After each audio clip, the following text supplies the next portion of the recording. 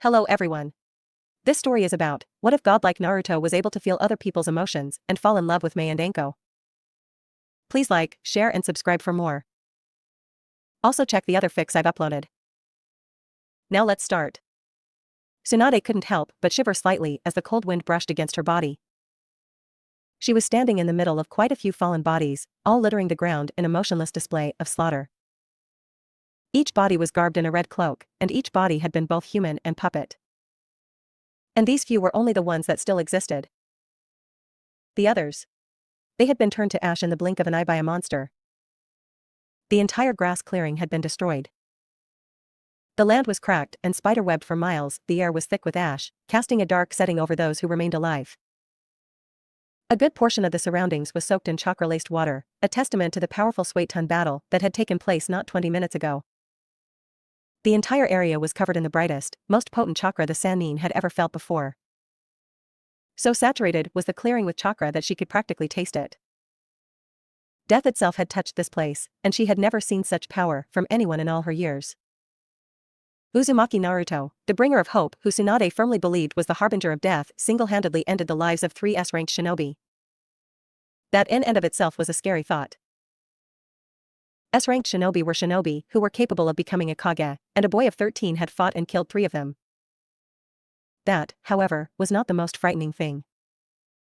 No, what truly terrified her was the fact the boy did it all with a smile on his face that spoke of dark excitement.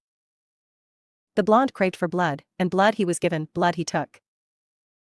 The puppet master from Suna, Sasori, his name was, had showed them all things thought impossible with the secret art of the desert walkers. The man, who still looked like a child, had summoned the Sandaime Kazekage, a shinobi who was known to be one of the most powerful ninja from the Wind Country. His appearance was that of a puppet, but he still possessed the Setetsu, which was a huge contribution to his fame. Naruto had been disgusted with the human puppet, and expressed said disgust by smashing the thing to pieces. The Setetsu proved formidable, but the Kamikage had met each construct of iron sand with a larger Rasengan, and within minutes, the third Kazekage had been reduced to dust. What happened next had surprised everyone. If quality couldn't defeat the blonde, then maybe quantity could, or that's what Sasori had thought at the time. He, however, was proven wrong shortly after he displayed his trump card, his most powerful technique. His nation slayer. The Akahiji, Hyaki no Son was indeed the pinnacle of puppetry, but, like everything else in the world, it was not enough to claim the life of the Godslayer. While the literal army of human puppets stared down the scariest shinobi born since the Yondaime, Kisame had been forced to face the legendary Toad Sannin. Jiraiya wasn't one to get so excited for battle like his godson, but when he was actually in the battle, with an unending source of natural energy running through his tenketsu, one couldn't help but to get excited. It was a thrill the likes of which were greater than peeping, and that was saying something for the old, perverted man. Sasori had thought he had a chance with his hundreds of puppets ready to strike at the Jinchuriki even the Shinigami was wary of.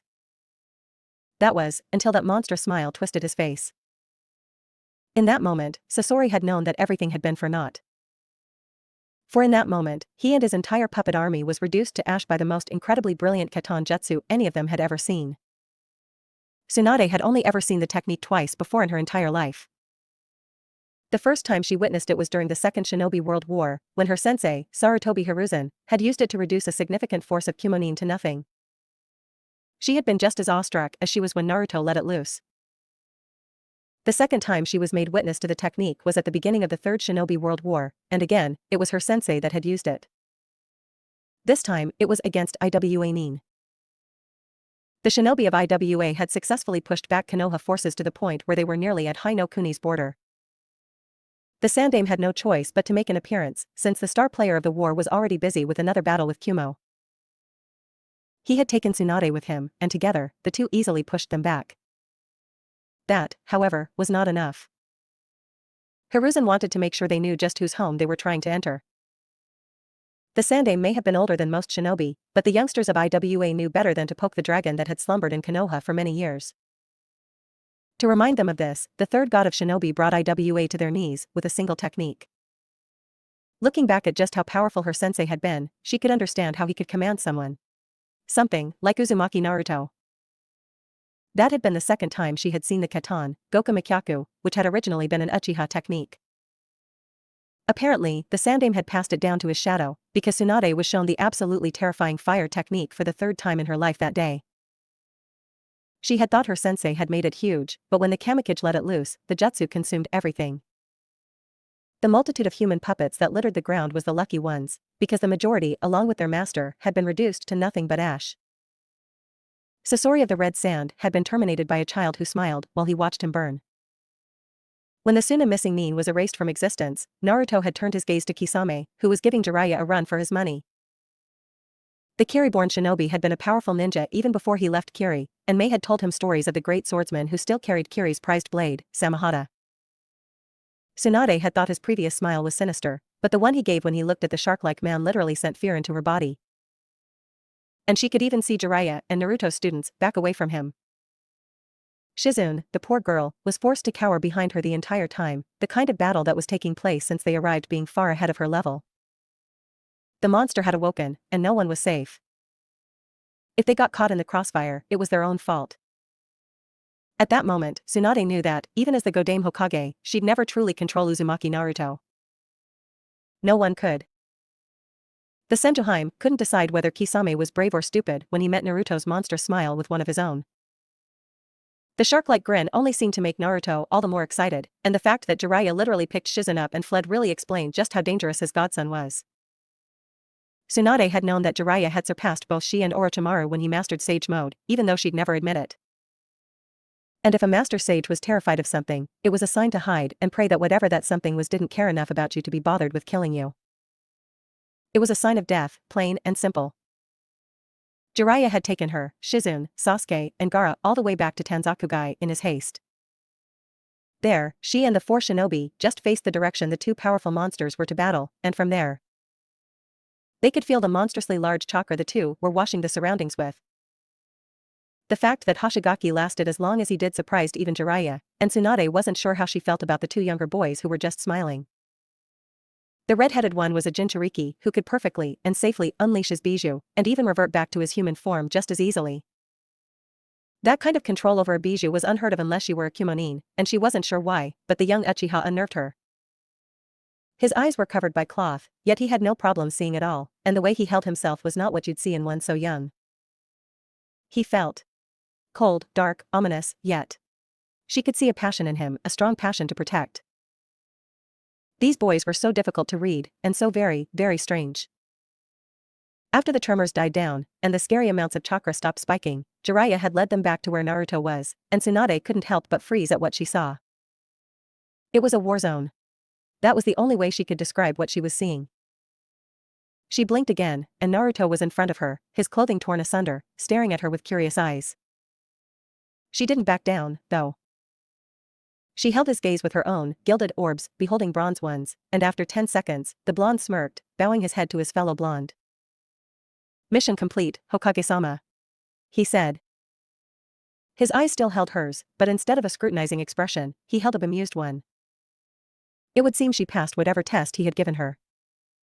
She was accepted as the next Hokage in his eyes. Tsunade just nodded to him, not trusting her voice as she looked at what the clearing was reduced to. Large scars ran across the ground. The green grass was wet with soot and laced chakra. The ash that coated the air felt damp, almost, if that was even possible. A war between two master Suiton users had been fought here. A war between two inhuman shinobi had been fought here. A war between monsters had been fought here. And Tsunade felt oddly pleased. That feeling that had escaped her for many, many years was still blazing in her body, her very veins feeling hot. The will of fire was once again ignited within her, and it had never been so fierce before.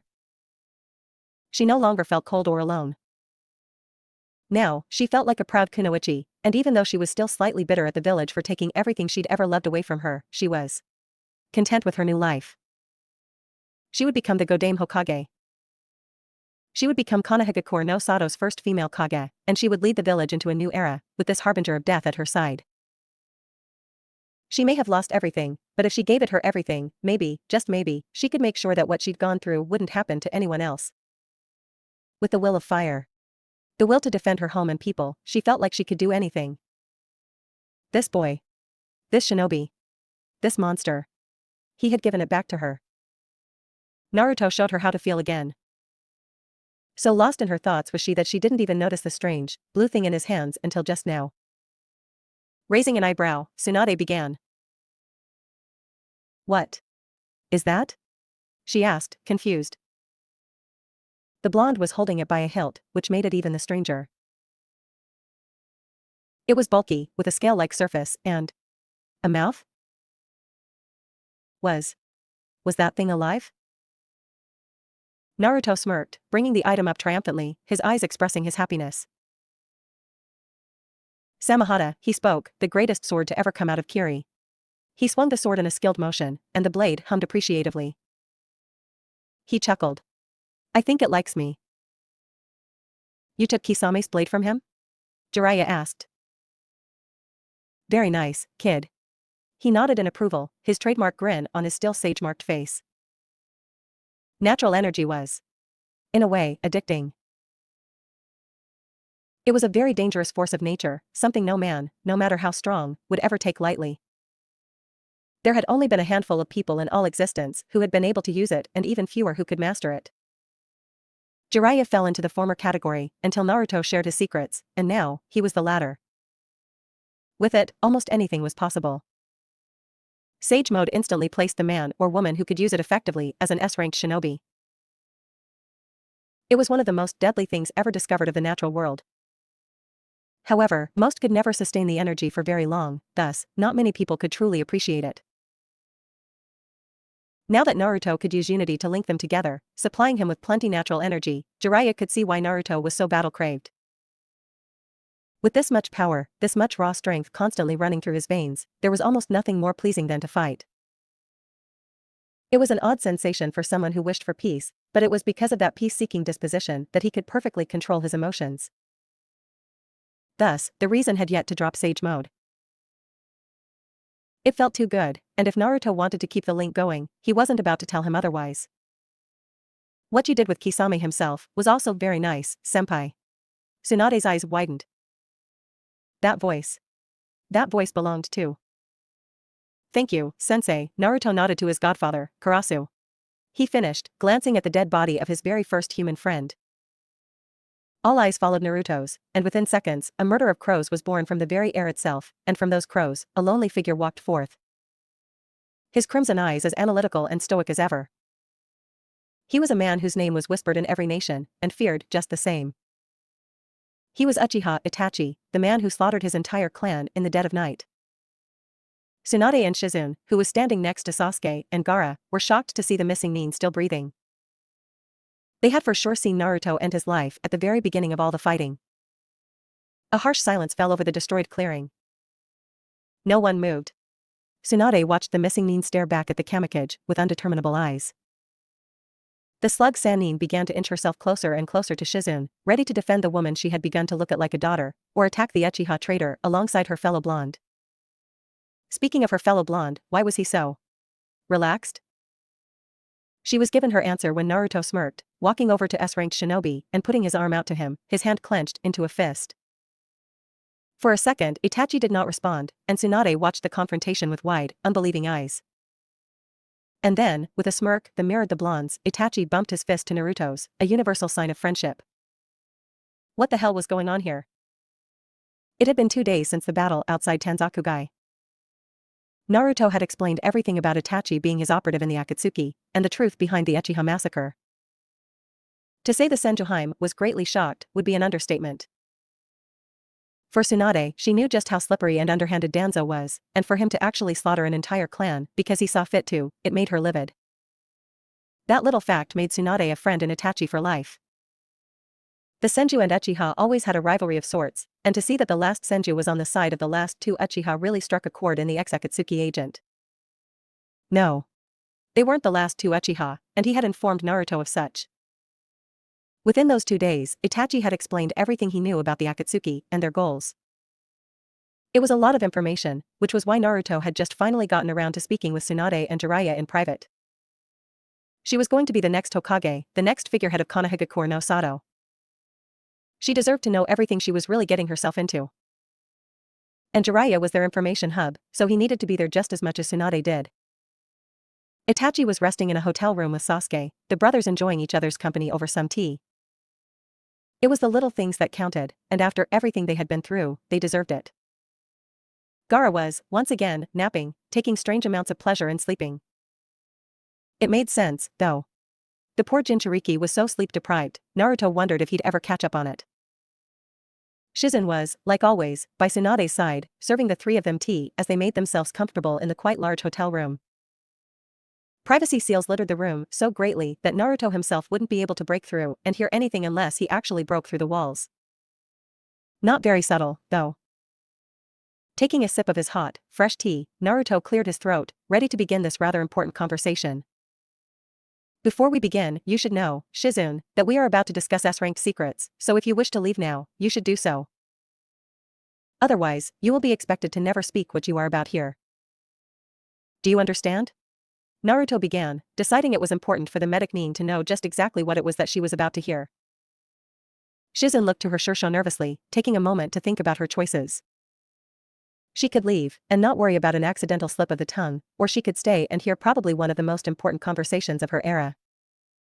She sighed. That may be too much responsibility for her to handle, but her curiosity got the better of her. She nodded. I am prepared for that burden, Naruto-san. I would like to stay. Naruto met her gaze, and after a moment of feeling her true emotions with empathy, he also nodded, deciding that she could stay.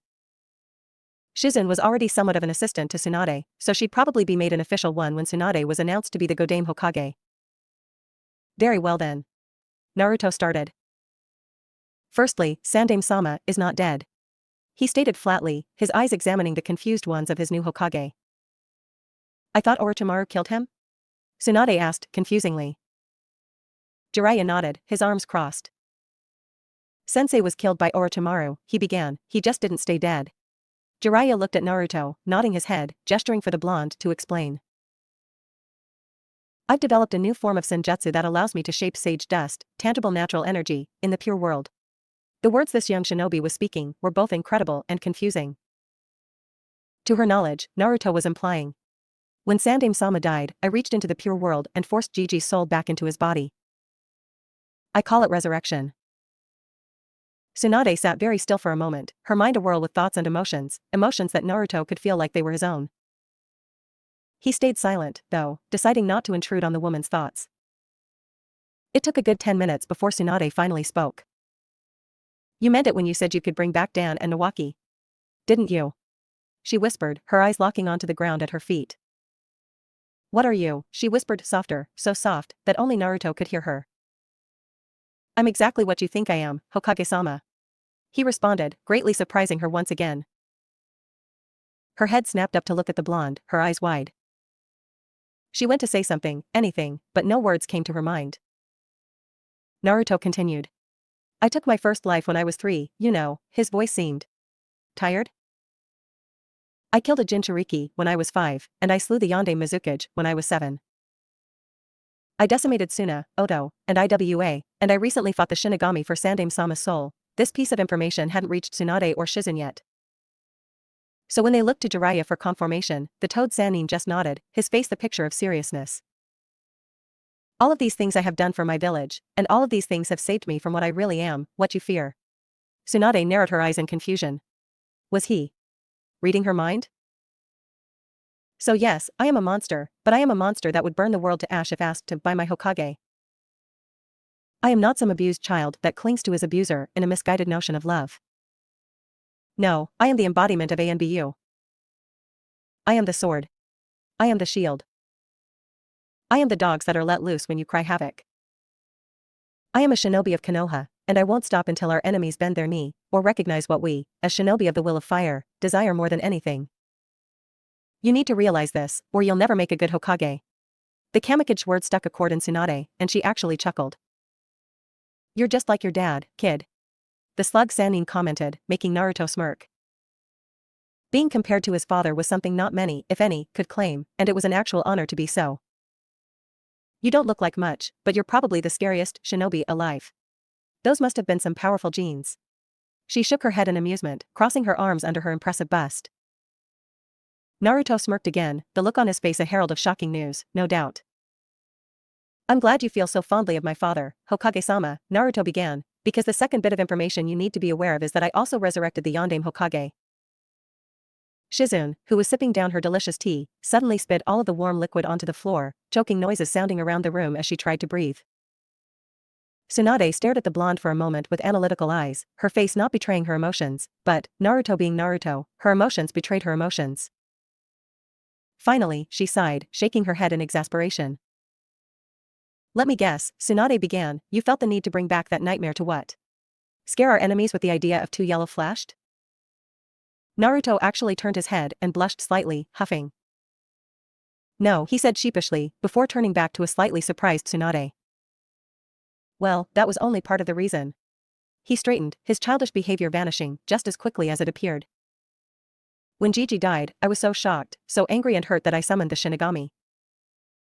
After that, I fought it in a battle of wills, and, because I shocked the thing so much by even attempting such a feat, I was able to rip my father's soul from his clutches. Naruto smirked. Someone else would like to explain the rest. Tsunade raised an eyebrow, confused. Before she could ask who he was talking about, the boy's eyes slit vertically and bled a crimson red. The room seemed to fall silent and colder. There was something not human among them now, and it was painfully obvious. A shiver ran up Shizune's body, and she noticed that her hand shook slightly. Tsunade didn't show it, but Jiraiya knew his former teammate like the back of his hand. She was tense. So you are the one to replace the old monkey, When Naruto spoke, it was not his voice that reached their ears. Ah well, I guess even God has to rest sometimes. The person that spoke was not human, and that was not the strangest thing about the whole experience. Tsunade was forced to think, for the slightest second, that Naruto wasn't ever human, and that the voice that spoke to her was more befitting of him.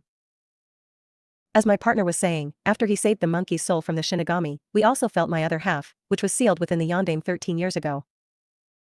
Naruto promised me that he'd reunite me with my own half, and Naruto, as you will very soon discover, never goes back on his promises. Jiraiya hummed, nodding his head in approval. It was a universal truth. True men, true heroes, never went back on their word. With only my young half, together with Naruto, we could face the entire shinobi world if we so chose. Tsunade felt her stomach drop, and now that I am complete again, together. We were strong enough to hold back the death god long enough to resurrect the Yondaime. These were the words of a being that was beyond their comprehension. Why you're... Shizune stuttered. Naruto smiled, his canines sharpened, and his eyes the color of blood. There are 3 types of humans, girl. Kurama began. There is the unworthy. These humans are those who are unworthy of not only speaking, but knowing my name. Then there is the worthy. These humans are those who are worthy of knowing my name, but unworthy of speaking it. Then, there are humans like the pervert and the monkey. They are the respected. Those are the humans that are worthy of knowing and speaking my name. A name is a very powerful thing. It is the title given to one by its creator, and thus, it is the most important thing about them. I was given my name by the greatest man to ever walk the earth, so my name is not something to be given lightly. Shizune was held within the gaze of those crimson orbs. You, girl, are the unworthy. You have not earned the right to know or speak my name. So you may call me what most humans do. Tsunade narrowed her eyes. Being disrespectful was not called for, and the slug Sannin didn't like it one bit. You dash. Tsunade was cut off by the Biju's voice. Say it, girl. What am I? A sinister smirk twisted Naruto's face, and it didn't look out of place whatsoever. KQB. Shizune whispered. Kurama chuckled darkly, a low, demonic sound that vibrated throughout the room. He didn't say anything after that, though. He just retreated back into Naruto's mindscape, the Kamikaze's eyes slowly fading back to their original azure. Now that he's had his fun in scaring the humans, let's get back on track, shall we? Naruto said, his voice once again his own. Mentioning how messed up finding pleasure in scaring humans sounded like it would start a conversation Tsunade really didn't want to have, so instead, she agreed. What else do I need to know? The Godame asked. There couldn't be much more shocking news than the apparent revival of 2 Hokage. The Akatsuki, Naruto began, we have a plan for them. He looked to Jiraiya, who nodded. Itachi has recently updated their roster information for us. Naruto actually wished he would have killed Kisame now, after hearing of the members the Akatsuki still possessed. There are 8 in total. Most of them aren't really that big of a deal. Kakashi and Guy could stand their ground against most of them. But there are a couple that we need to seriously take as a threat. Even me. The thought that someone like Naruto was forced to take other shinobi seriously felt strange to Jiraiya. So you're saying that there are shinobi in this organization that even you aren't 100% sure you can face alone? Tsunade asked. Wonderful, she sighed. It seemed that her position as Hokage wasn't going to be a peaceful one. Not necessarily. Naruto began. If you look underneath my insatiable craving for slaughtering our enemies, you'd see that I am not an arrogant ninja. I know I'm not invincible. Damn near unkillable, but alas, I still bleed like any other man. He said dramatically, causing his godfather to snort. After chuckling, Naruto started again. I don't fear these shinobi, I'm just cautious of them. I'm cautious of anyone Itachi thinks is a serious threat, really. It was a common fact. If one of the most badass people you know is wary of someone, you should not take that person lightly. The one they call Pain, the leader of the Akatsuki, apparently possessed the Rinnegan. That one word, Rinnegan, was enough to make Tsunade's blood turn cold. What's the Rinnegan? Shizun asked, confused. The Rinnegan is the dojutsu that the Sage of Six Paths used to create. Well, everything. He changed the entire world with every step he took, and it was all possible because of his legendary eyes. Because of the Rinnegan. Naruto explained. I thought they were just a myth, though. Tsunade said. I house 3 Bijou, Hokage-sama. They were created by the Rikudo Sennin. He, and the Rinnegan, is very real. Naruto replied. Do you remember those 3 aim children I trained a while back, Haim? Jiraiya asked. When she nodded, he continued. Well, one of them, Nagato, wielded those eyes as well. He sighed. I kept it a secret after I left them so that nations wouldn't seek him out. Are you saying that this Pain character is one of your students? Tsunade asked. Jiraiya shook his head. I don't think so. Last I heard all 3 of them died before the end of the war. He narrowed his eyes in thought. But who knows? It's a possibility. Itachi says that Pain is someone only I should try to fight. He's much too powerful for ordinary shinobi. Tsunade nodded, agreeing with him. Then there's the one that goes by Tobi. And then he slaughtered all of Gato's men with the angels he created. Yuki Haku finished his long story of how he and Naruto met. He spared our lives and let us return to Kiri. Ever since then, we've served Mizuki-sama. Mitarashi Anko smirked at the girly-looking kid. Sounds like something my soldier boy would do. She said with amusement. Of course Naruto would turn an enemy into a friend, and then assign them in protecting one of the women that held his heart.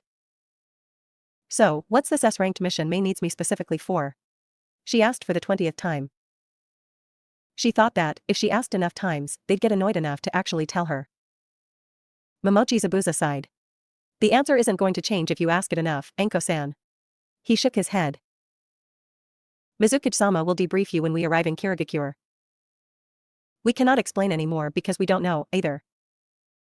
Anko huffed. It annoyed her that she was called away for a mission right when Naruto was about to return. It sucked. Yeah, I just thought I'd try one more time. Anko replied. That's what you said last time, Anko-san. Haku explained. Anko rubbed the back of her head sheepishly, chuckling humorlessly. This was going to be a long trip, she could just feel it. 4 days. It had only been 4 days, and Tsunade was already regretting accepting the position of Hokage. Tsunade had thought that Naruto and his students were going to accompany her to the village. They had sought her out and given her the position, after all. But that was not the case. Apparently, Naruto and his students had more urgent matters to attend to, so Tsunade was forced to endure the trip with only Jiraiya. Oh, Shizun was with them, but she wasn't enough to combat the annoying pervert. She was really pissed at the Godslayer, which, in her opinion, was as silly a moniker as it was untrue. Uzumaki Naruto did not slay a god. Yes, he fought one, but that wasn't actually killing it. But no one cared whether or not he actually slew a god. Naruto had become something of an icon around Konoha, and the people ate that Godslayer shit up.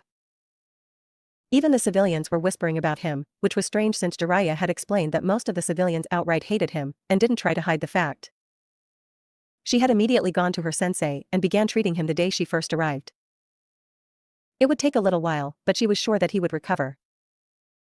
His body was still broken, even though he was brought back to life, which still confused her and needed advanced healing methods.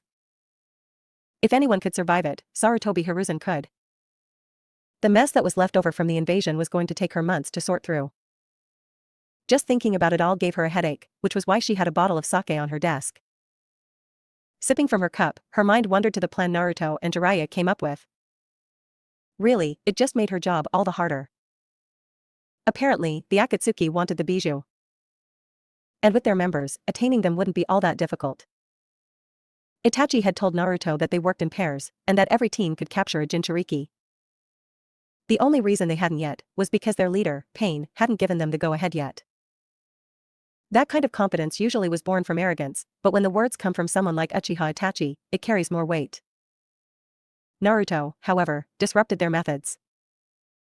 The Akatsuki, with the subtle urging of Itachi, had to finally admit that the Kamikage was not someone they could handle with their system of 2 for every Jinchuriki. Instead, they would hunt all the other sacrifices, like usual, and when it came time for Naruto, they'd all face him. Together. The fact that Pain is supposedly more powerful than Itachi did not bode well for them. Any real fight, between Pain and Naruto would be catastrophic to the surroundings, and if other S-ranked shinobi joined in. Tsunade shuddered at the thought.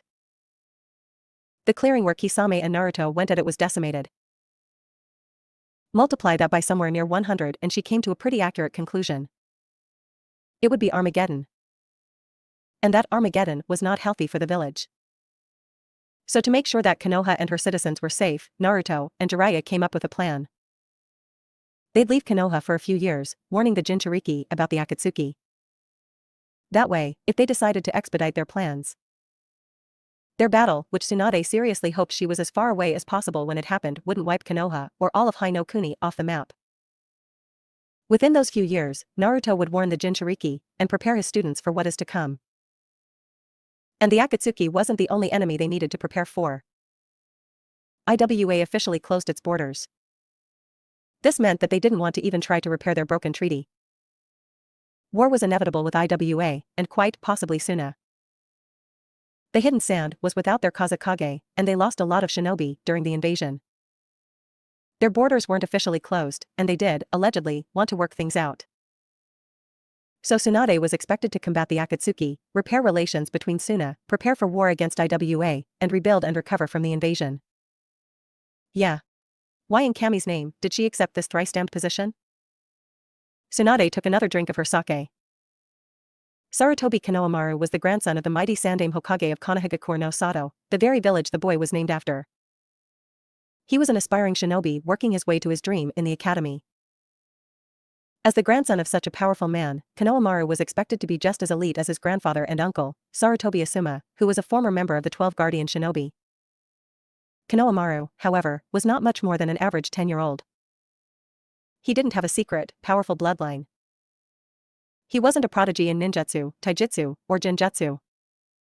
He wasn't extra smart, and his grades were just above average. There wasn't much that differed between him and the other academy students. He was an average academy student, with only one thing that made him stand out. Determination. Sarutobi Konohamaru never took shortcuts. Ever. His dream was to become Hokage one day, so that he could be seen as more than just the Sandaime's honorable grandson. So he was determined to do anything and everything to become stronger, a disposition he required from Uzumaki Naruto, who he was always really close to, Naruto being his grandfather's right hand. That's why he was out so late, training in the training ground his grandfather granted him access to. His entire body ached from his head to his toes, and he felt like he'd fall asleep standing up at any moment. He had worked on everything. Academy students weren't taught any ninjutsu yet, so all he could train in was the Bunshin no Jutsu. He managed to produce one copy of himself today, and that was a victory in his eyes. He had also gone through the kata the academy taught hundreds of times, and the surrounding trees were full of kunai. Yes, the day had been a good day. As he walked, more like limped, through the silent and empty streets of Konoha, he saw them. And they were taking her. And so did the second, and last, special trait of Konohamaru's, Blossom. Loyalty. Loyalty to Naruto, and his people. So he followed. He silently followed the figures as they dashed towards the gates with her in their grasps, the breeze blowing her pink hair about. He needed to leave a trail, but he really hated the way Naruto told him how to do such a thing in a situation like this one. He looked at his long, blue scarf that once belonged to his great-grandfather, Sarutobi Sasuke, and sighed. Shimura Danzo sat on his knees, a content aura about him. He was old, too old to keep up with the shinobi world. He'd done his part in shaping his home, and he could face this threat without any doubts. I would like to know one thing before you start.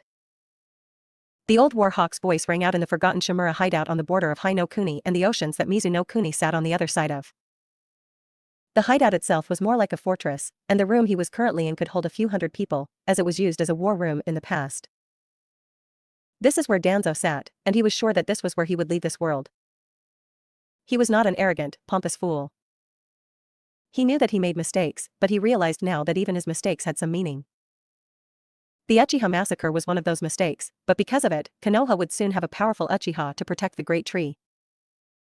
One shinobi, a shinobi like Uzumaki, was worth 1,000 deaths, and Danzo knew. He knew that the death of the entire Uchiha clan would surely forge an incredibly powerful ninja in Uchiha Sasuke. There was doubt at first, of course. Sasuke was just an average, ordinary child who aspired to kill a man far out of his league. But now, with the assistance of a shinobi that even Danzo himself feared, he could rest easy in hell knowing that his home, his precious jewel, would be safe. And he knew he was going to hell. There was no place for men like him in heaven. But that only put a smile on his face.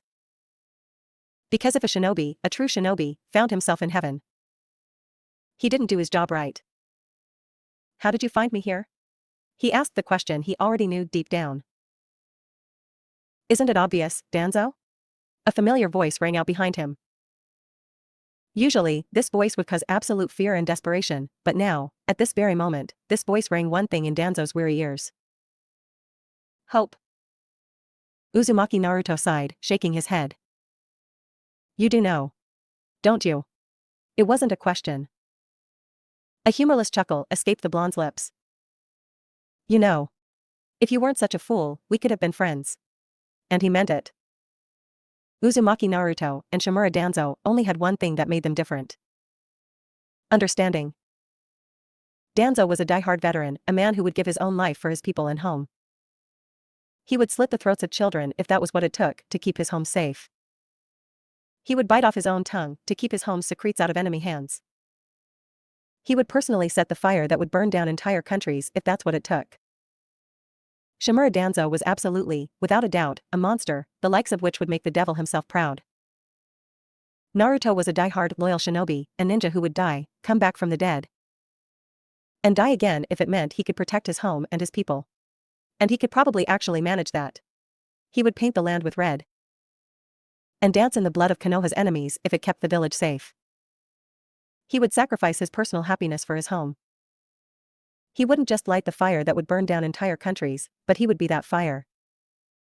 Uzumaki Naruto was the very definition of a monster, the likes of which would make the devil stop and take notes. These two men, these two shinobi. These two monsters were so similar it was scary, but they did have one difference, and that difference would take the life of one of them today. Naruto understood. He could feel the very essence of people, and mastered emotions. Danzo thought emotions to be a hindrance, a weakness that only got in the way. That's where the latter was wrong. There is no weakness in emotions, but strength. If one takes so much time suppressing their emotions, they can't truly reach their full potential. One is at their strongest when they are fighting for what they believe in, and without emotions, that belief is an empty excuse. Danzo spent so much time getting rid of his emotions that he forgot what was truly important. Everything that Naruto fought for, everything that Naruto ever did in the name of his home was not to put Konoha on top of the world as the superior shinobi village. What he fought for was actually simple. Peace. Naruto wished for nothing more than for his home to know peace. He wasn't going to lie and say that he didn't enjoy taking the lives of the sick and twisted, or that he wasn't excited for battle, but that was his tool, his sword. A way to focus his mind on what he truly wanted. Naruto was no idiot. He knew how the brain worked. And he knew that his mind told him that killing and slaughter was fun for the sole purpose of developing a coping mechanism. No one can possibly live the life he lived without doing so. Danzo's coping mechanism was to be rid of his emotions entirely, and in doing so, he lost sight in what really mattered. And he would pay for this mistake with his life. "Give me Shirsui's eye, Danzo," Naruto ordered. His voice held no contempt, just absolute authority. "What could you possibly need that man's eye for, Uzumaki?" Danzo asked, curiously. The root leader recognized the smile that found its way on the Jinchuriki's face. With a flick of his wrist, a figure Danzo thought he'd never see again appeared by the bringer of hope's side, his ever-stoic expression greeting him. A deep chuckle sounded out throughout the dark, cold, empty room. Danzo actually found this humorous. "I see," he started. "Then I will give you this eye and you only, Uchiha Itachi." His amused expression faded, and a serious one took its place. "You are the only one who is worthy of it and the power it possesses." Danzo's aged hand reached up and removed the bandages from this head, exposing his hidden eye. There, in his socket, was Uchiha Shirsui's Mangekyo Sharingan. Without even flinching or showing any sign that it hurt at all, Danzo tore the crimson orb from his socket and held it out for Itachi to take. And he did. Itachi took his cousin's eye, the eye of the man he considered a brother, and he did something most would not expect. He bowed. Shimura Danzo forced Itachi to do something unforgivable, but Itachi forgave him. But Itachi was always like that. He was always the kind of person who would grant his enemies forgiveness before he sent them to their maker. And Danzo was surely going to meet whatever created him, today. "You served Konoha for more years than Itachi and I combined, and served them diligently," Naruto began. "But you have spent too much time in the darkness. It has consumed you, and now you are a threat to the great tree you helped safeguard." Naruto's gilded eyes stared into Danzo's dull black, an expression Danzo knew very well within them. "No one will know of your treachery. No one will curse your name. You will not be remembered, nor forgotten. You, Shimura Danzo, will die within the shadows you have lived in your whole life." Danzo didn't say a word. He just stared at the true shinobi that stood before him. Danzo gave a small smile, his eyes closing shut. "In root, you have no name." He began the creed of root. "You have no feelings. You have no past." These words were said by both Danzo and a random root operative who stepped out of the shadows. "You have no future." A handful of operatives stepped out, reciting the words alongside their leader. "There is only the mission." Danzo finished, this time with every root agent who accompanied him. By now, the entire room was filled with them. "And this is the last mission you will ever receive from me," he started. He took in a deep breath. "Uzumaki Naruto is now your leader. You will follow him, and when he needs to see, you will be his eyes. When he needs to strike, you will be his fist. You are all now his shadow. And he will guide you to where the darkness is needed, for you are the unseen ones who support the great tree of Konoha from the depths of the earth." As his eyes closed, he could see the back of one Uchiha Sasuke. So the brothers were reunited. Good. Now, Konoha would have two watchful dragons. With his eyes closed, and the darkness embracing him, the face of Sarutobi Hiruzen appeared in his mind. It seemed that his old friend wouldn't let him die alone then. "You are the leaves bathing in the sun. I am the roots that grow in the dark. And now, be well, my friend." A cold blade ran across his throat, and he was gone before the first of the crimson hit the ground. Shimura Danzo was dead. Sigh. The wielder of the blade was at Naruto's side in an instant, his knee bent. "Hi, Shursho." Sai replied. "Burn his body, Sharingan and all. Erase him from existence," Naruto ordered his secret student. Sai nodded. "When you're done, return to Konoha. Tell the rest of Na that you are in charge of the division under my command. I want the foundation ready." "Ready for what, Shursho?" he asked.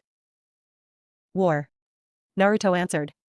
"Root is to stay the way it is, in the shadows and separate from the ANBU.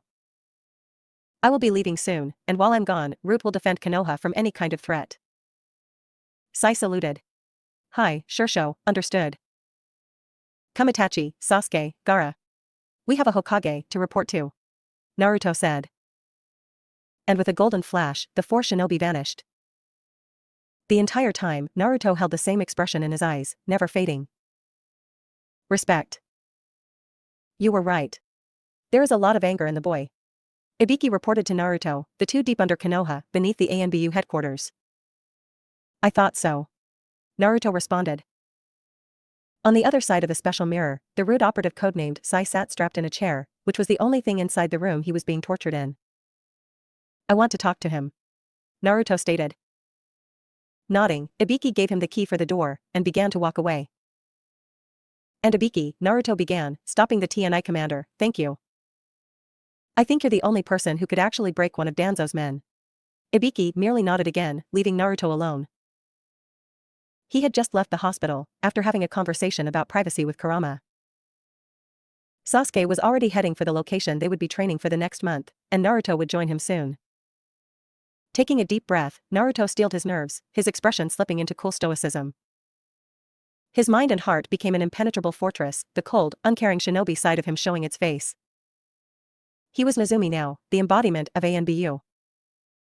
He had used this side of himself since he woke up, not wanting to allow his emotions to weaken him.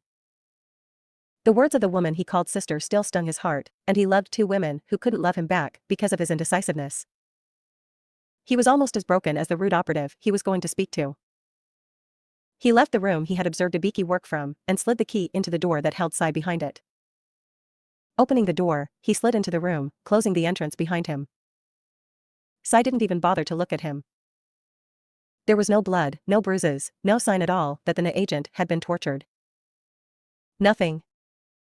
But that's why Ibiki's methods were so beautiful. He didn't have to physically harm someone to put them through hell, which was why he was given the position of head of the TNI division. Some speculated that Ibiki was actually an Uchiha, in possession of the Sharingan, which would be an easy way to explain how he was so good at torture genjutsu. But Naruto knew that to be a lie. Ibiki was just that good at the art of pain, be it physical or mental.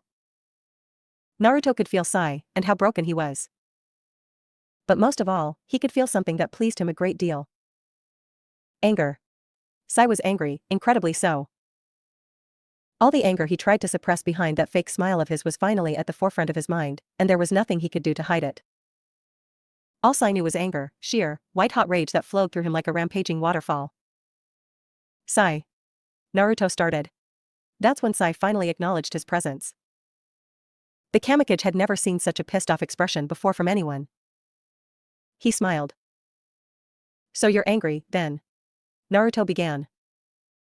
Why? Why are you so angry? What did he do to you? The emotions were enough to paint the picture he needed. You can't say, huh? He's cursed you. Sai was silent for a moment, his rage-filled eyes falling to the ground.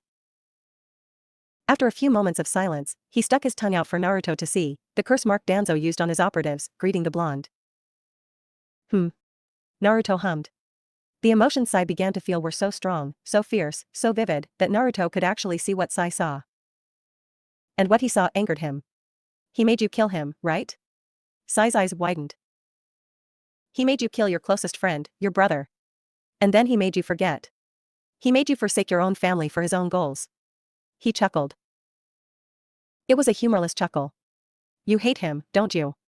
It wasn't a question. You despise him. He sickens you, doesn't he? Again, it wasn't a question. Sai stayed silent, his rage never dimming. You know exactly who I am, and what I am about. We are both Konoha ANBU, no matter what Danzo tells you. We are brothers of the creed, Sai. Sai looked up into Naruto's eyes. Brothers. He said again. And as your brother, as all of Root's brother, I am promising you, by my blade as an ANBU operative of Konohagakure no Sato, that Danzo will die. Soon.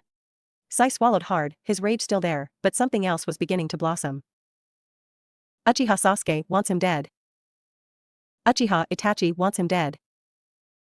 I want him dead. Naruto smiled. You, too, want him dead. His smile faded. Sai, I want you to become my student. Sai widened his eyes in shock. That hatred of yours. Danzo has taught you that it is a weakness. He has taught you that all emotion is weakness. I'm standing here before you, telling you now, that he was wrong. You want to avenge your brother, you want to be one of mine, then accept me as you sensei, and let me teach you how to tame your hatred. Yes. Sai whispered, not even loud enough for Naruto to hear. But Naruto didn't need to hear his answer, because he felt it. That was a rather fast decision. Naruto observed. Sai was silent again, his eyes falling to the ground once more. For a moment, he didn't move. He didn't even breathe. For a moment, Sai was gone. Where he was, Naruto wasn't going to intrude. He was thinking of his brother, the boy who was taken from him, and the man who took him. Naruto knew this, but said nothing. These were the feelings of a man who had nothing else but his anger. And his wrath. Okay then. Naruto whispered. I understand. Sai's eyes locked onto the Kamikids, and where fear once traced his orbs when looking at the monster, there was nothing but resolve. Naruto cut the restraints off of him, and Sai rose as something new. Something darker. Welcome to the fold, Sai. He whispered. Sai's rage, his resolve, his emotions, everything vanished in a second, all hidden behind that fake smile he always wore. Thank you, Shursho. He spoke with a silky smooth voice, the old Sai completely back, as if nothing had happened at all. Except this time, it was a facade, and not his attempt to produce human emotion. He was one of them now. Another. Naruto had another monster under his command. The bringer of hope smiled. Are you sure we have that long? Tsunade and Jiraiya were sitting in her office, with multiple silencing seals littering the walls. Jiraiya nodded with a serious expression. He was the legendary sage of Mount Myaboku right now, not the perverted joker. Yeah, I'm sure. The Akatsuki can't afford to move for at least 3 years now, thanks to Naruto. They need to recruit and prepare.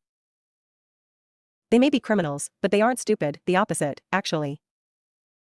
They're organized, especially now that we know they work out of aim. They have an entire hidden village backing them, and I'd put good money on them striking up an alliance with IWA, and possibly Suna, if we don't push the peace treaties. Tsunade sighed. As she rubbed her temples, she spoke. 3 years.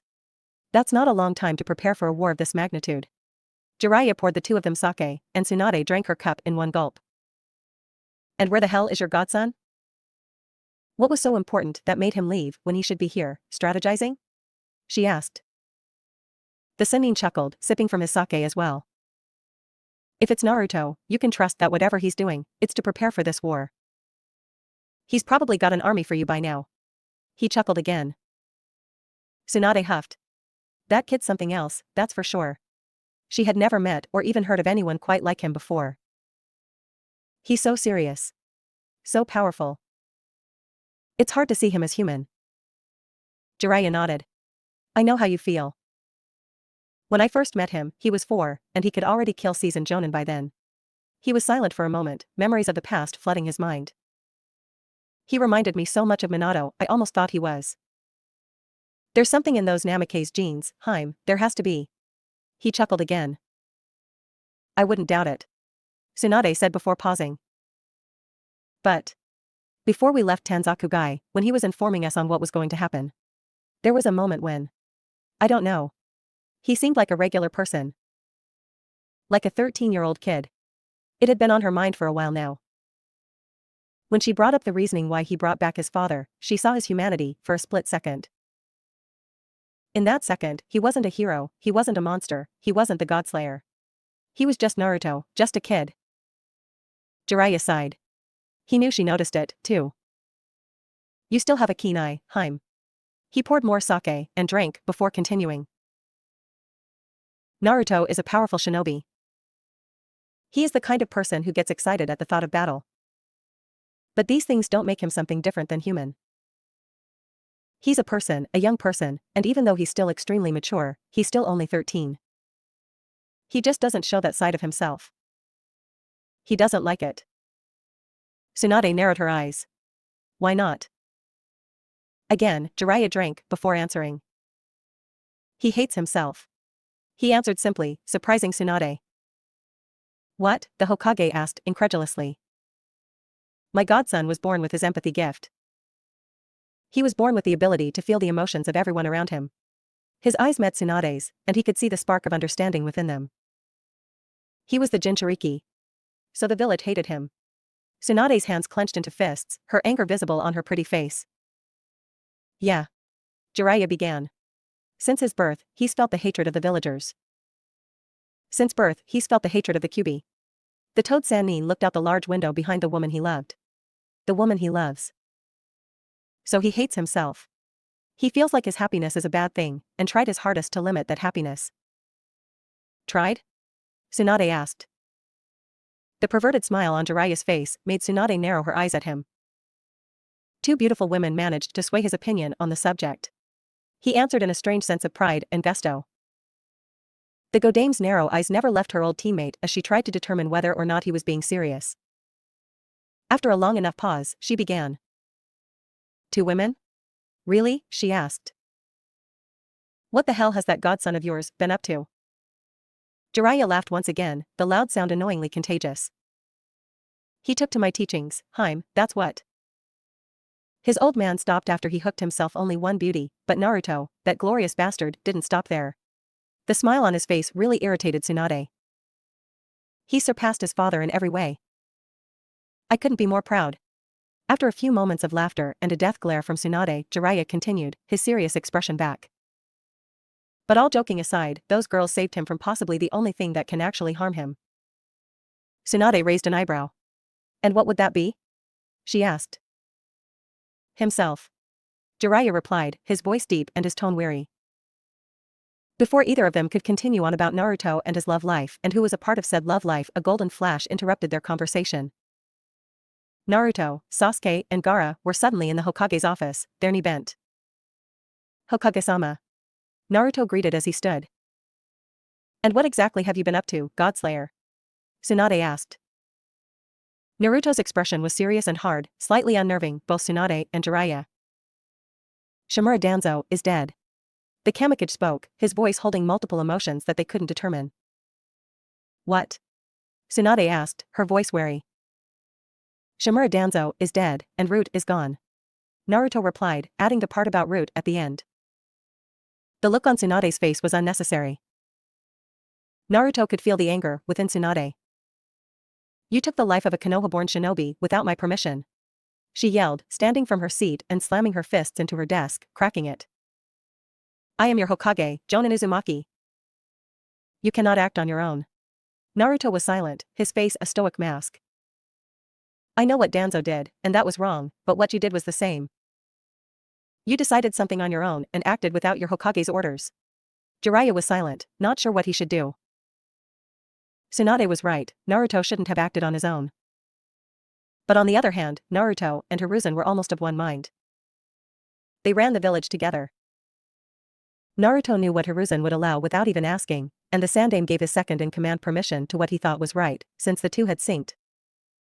And Naruto knew how the Hokage thought about certain things. But Tsunade was much different than her former sensei. That, coupled with the fact that she was new to the position, made it seem like he was either disrespecting her or challenging her position. Either way, it was hard to earn the respect of all the shinobi if someone that everyone looked up to was doing their own thing by themselves. Hyme. Jiraiya started. But Tsunade wasn't having any of it.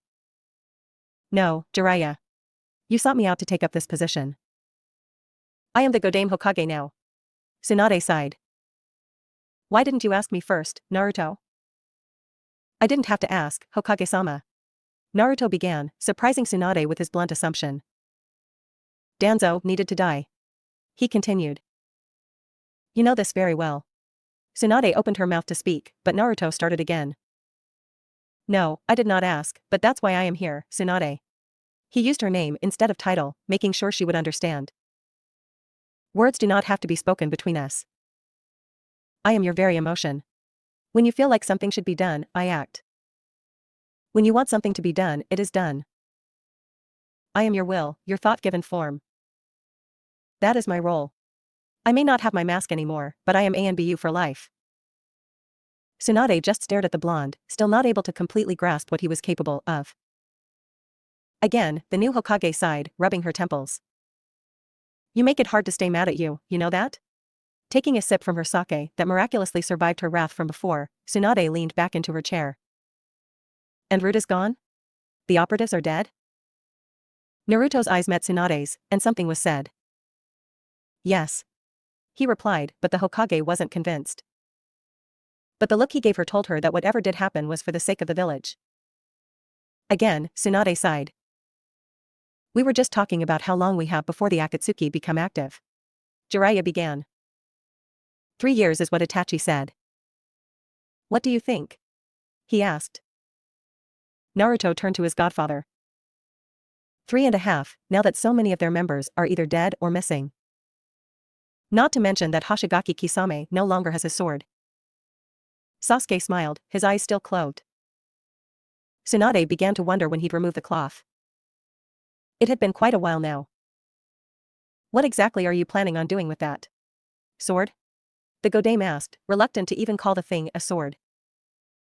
Naruto shrugged. I'll probably hold on to it until I see the Mizukage again. He answered truthfully. Mei will want it back in Kiri's possession, and I'll give it to her. Tsunade raised an eyebrow. The Naruto she knew was a die-head Konoha shinobi, someone who would do absolutely anything to assure Konoha's safety. For him to give another village, even if said village was their ally, something so valuable as one of the great blades of Kiri. It confused the slug Sannin a great deal. She was about to voice her opinion on the subject, but was interrupted when 2 ANBU operatives flickered into the office, kneeling. Tsunade once again opened her mouth to address the ANBU, but like before, she was beat to it. Saru, Ushi, Naruto greeted the Nara and unstoppable bull. Without saying a single word, Saru took out a long blue scarf and raised it for Naruto to see. Ushi, found this on our way into the village this morning. Ushi grunted. It was around a tree, just outside the walls. He finished, handing the scarf to his commander. We sought you out the moment we found it, Taicho. Naruto narrowed his eyes, examining the familiar scarf. This is Konohamaru's, there's no mistake. Naruto nodded. Tsunade stood. What would Sensei's grandson be doing outside the village walls? She asked. Konohamaru was like family to her and Jiraiya, and even though he wouldn't admit it, to Orochimaru, too. His mother had been special to all of them, especially in the snake's case. I told him to leave it behind if there was ever a reason he had to leave the village. Naruto continued. It means there's trouble, and Konohamaru is trying to let us know. He turned to Gaara, who nodded before disappearing in a sand shunshin. He must be following someone who isn't supposed to be leaving. He took in a deep breath, his eyes closing. You mean someone defecting? Tsunade asked. Jiraiya felt the natural energy seek Naruto out like a beacon, surrounding him in a powerful aura of nature. Maybe. The blonde replied. He opened his eyes, greeting the Sannin in the room with slit, golden eyes. We'll know in a moment. Concentrating his chakra, Naruto stretched his empathy to its limits, covering the entire village in his presence. He felt everyone. Everything. He was everywhere at once, his will flowing through the village. At that moment, Naruto felt as if he was Konoha, as if he were the trees, the ground, the sky, the people. It was straining on him, but so very beautiful at the same time. And then he noticed it. Someone was gone, missing. Taken. Naruto turned to Sasuke, the Uchiha, turning with him. No one spoke. The office was silent. And then, Sasuke spoke, his voice low. Who, he asked. Who took her? Naruto shook his head. I don't know. He answered honestly. Shall we find out? He asked with a small smirk on his face. Sasuke responded with a nod. Outwardly, he looked calm, relaxed, but on the inside, he was furious. Someone would dare walk into Konoha, into his home, and take his girl? No. They would soon know their folly. They made a mistake if they thought they'd get away with touching her, touching Sakura. He'd show them all. Whoever they were, he would show them his new eyes. It was time. What's going on? Tsunade asked. Who was taken? She was a little confused, and she always was when Naruto used his little empathy trick. What was it? Unity? Haruno Sakura is gone. Naruto explained. Someone has taken her from the village. Konohamaru most likely witnessed the kidnapping and followed. He chuckled. Not even a shinobi yet, and he's already acting like one. I think I might need to start his training a little early. Tsunade's eyes widened. Naruto just let slip that he was going to personally train the Sandame's grandson. That was actually a slightly terrifying idea. If the boy was anything like his grandfather, he'd be one scary shinobi if he was taught by the Kamikage. Naruto put a hand on Sasuke's shoulder, smiling at the Hokage. Hokage-sama, we will return Sakura back before the day is over. He said confidently. Tsunade blinked, confused. The way he was stating it, it was almost like he was asking for permission. That's when she realized it. 2 ANBU agents, men who served under him for years, were present. He was showing who their leader was now, who their Hokage was. The Sandaime was a man respected by everyone in the village, and the ANBU only followed him and Naruto, which was going to make Tsunade's job a whole lot harder. But if Naruto showed that he respected Tsunade, and took his orders from her, then they would follow her orders without question. That's how much Naruto was respected. His word was greater than the Hokages within ANBU. Hi. Return our Genin back to us, Jonin Uzumaki, Chunin Uchiha. She turned to the ANBU. It was time to test her authority. Dismissed. She ordered. To her relief, the operatives followed her orders, vanishing with a flicker. Naruto smiled. Of course he knew what was bugging Tsunade. His empathy saw sure to that. He knew the moment he named her Hokage. Her doubts about the village and its shinobi were many, but Naruto was going to make sure everyone followed the last senju before he left. It was a promise. But right now, there was something more important. Because right now, it was time to hunt. Uzumaki Naruto and Uchiha Sasuke vanished in a golden flash, leaving behind the Godame Hokage and Sannin of Mount Myaboku. Tsunade sat down, passing another cup of sake to her former teammate, filling one up for herself as well. I don't know if I can handle that guy, Jiraiya. She whispered. Sighing, she downed her cup in one gulp, before pouring herself another. Sure you can, Haim. Jiraiya assured her. You're Senju Tsunade, the greatest kunoichi, to walk the elemental nations. You can do anything. He took a sip of his sake. Naruto will be gone for 3 years. That's more than enough time to establish yourself as the new Hokage. He waved his hand in the air. And it's really only the ANBU you have to worry about. The other shinobi all welcome you with open arms. And if I know that kid, he'll most likely fix your problem for you before we leave. It was true. Naruto would most likely talk with the ANBU, ordering them to follow their new Hokage like they followed him and the Sandaime. It was just the kind of person he was. He knew people's worries without even hearing them, and then fixed them, getting rid of any problems before they even popped up. That's why he was the second in command. He made the Sandaime's life a lot easier. I sure hope so. Tsunade replied. The two were silent as they drank their sake, enjoying each other's company. It was going to be a long couple of years, that's for sure. Konohamaru was startled when a golden light flashed right in front of him, knocking him off his feet. Oi, what's the big idea, Naruto and the Sarutobi boy asked. He stopped when he saw, or more accurately, felt Sasuke. He didn't know why, but he was so scared of the Uchiha at that moment that he could hardly breathe. A dark aura that felt like it swallowed you whole would do that to you, especially if you were 9. Naruto felt Konohamaru's panic, and placed a hand on his shoulder, instantly relaxing him. It's okay Konohamaru, and I'm sorry for scaring you. Sasuke wasn't meaning to leak out major amounts of killing intent, he just couldn't help it. Someone had Sakura. She was probably terrified, and waiting for him to save her. It drove him crazy. But again, only on the inside, because on the outside, Sasuke was the picture of cool calmness. It's okay. Konohamaru began. I'm just glad you finally showed up. Did you find my scarf? He asked in hope. Naruto smiled, nodding. Yes, we did. The blonde handed the little monkey his scarf, chuckling at how excited he was to be reunited with it. But we need to hurry, Konohamaru. Where did they take Sakura? Konohamaru instantly straightened, and Naruto found that interesting, very, very interesting.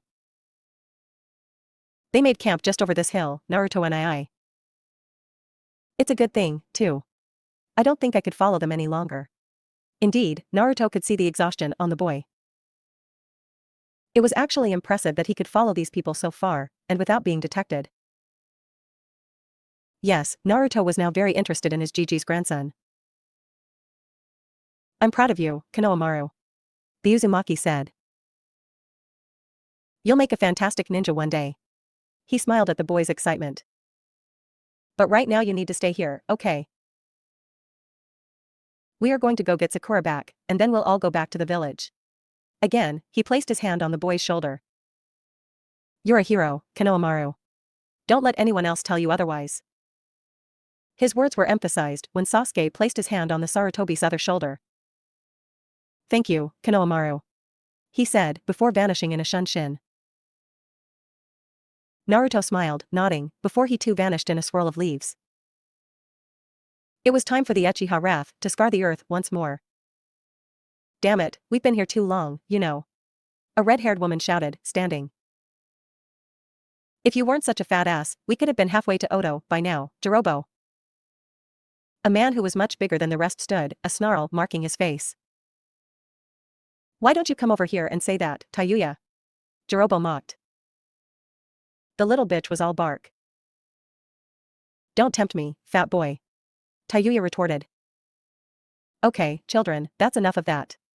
A man with gray hair and sickly features spoke, he too standing. You know what will happen if we start to fight each other. Orochimaru-sama will have our heads, and that's only if we're lucky. Sakan is right, we don't have time for your shit, Tayuya, Jirobo. Another man with dark skin and beady eyes scolded. We should get moving now. I don't know about all of you, but I'd rather get out of these forests before Konoha wises up and notices that one of their own is missing. Oh please, Kidamaru, do you really think that place is going to miss this little bitch? She's worthless, a little girl playing ninja. They'd probably thank us for our services. Tayuya laughed. Either way, we should get moving. I'm getting a bad feeling. Kidamaru said. He didn't know what it was, but it felt eerily similar to when Orochimaru was upset and bloodthirsty. It was like a dark, ominous, malevolent feeling surrounded them, encasing them all around. It felt like they were trapped. That was why it was strange, because if there was anyone even in their vicinity, his spider webs would have told him. Right? Tayuya sighed dramatically. You always have a bad feeling. She then turned to her robust comrade, sneering. Make yourself useful, fat ass. She pointed with her thumb over her shoulder.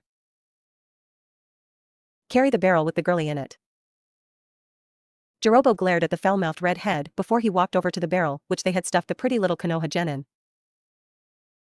He really didn't like Tayuya, and if he knew just how terrible her personality was, he would have killed her the day they were chosen. She was bossy, snooty, and cursed worse than an old man. In his personal opinion, she was the worst kind of kunoichi, big bite, and even bigger bark. Reaching out to pick up the barrel all seemed normal. The wind blew in the same direction as it had previously that day, the sun was still lounging in the sky, and the forest was just as thick with trees as ever. There wasn't a sound other than their voices for the longest time, that, and the wind, but the moment Jirobo was about to touch the barrel, another sound filled their camp. A sickening, all too familiar sound of metal slicing flesh caught everyone's attention. The rest of the sound four turned to look at Jirobo, who was strangely still. Only a few seconds passed in that eerily silent stillness, but the moment it ended, all hell broke loose. The sound of Jirobo screaming in absolute pain washed over the forest, actually managing to startle his comrades. The orange-haired man turned to the others, and their eyes immediately widened. His hands. Both of his hands were gone.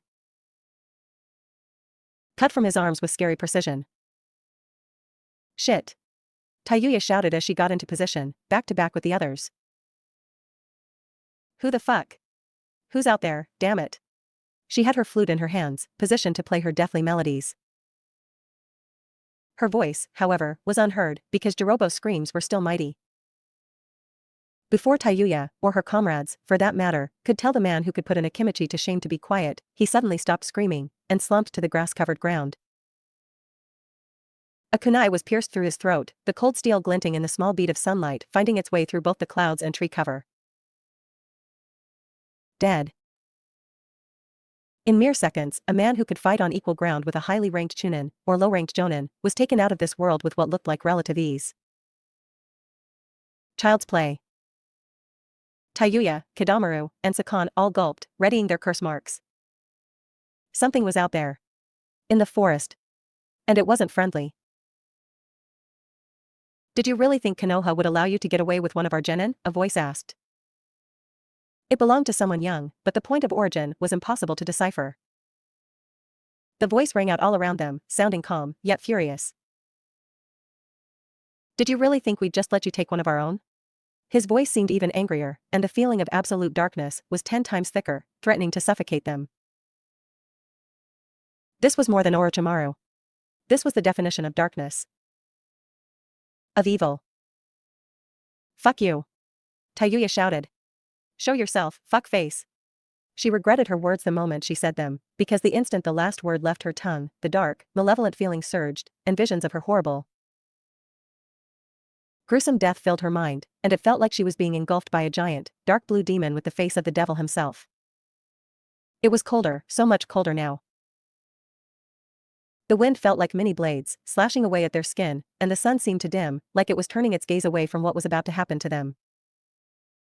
For the first time in a long time, the sound for what was left of it shook with fear Orochimaru couldn't ever hope to install in them.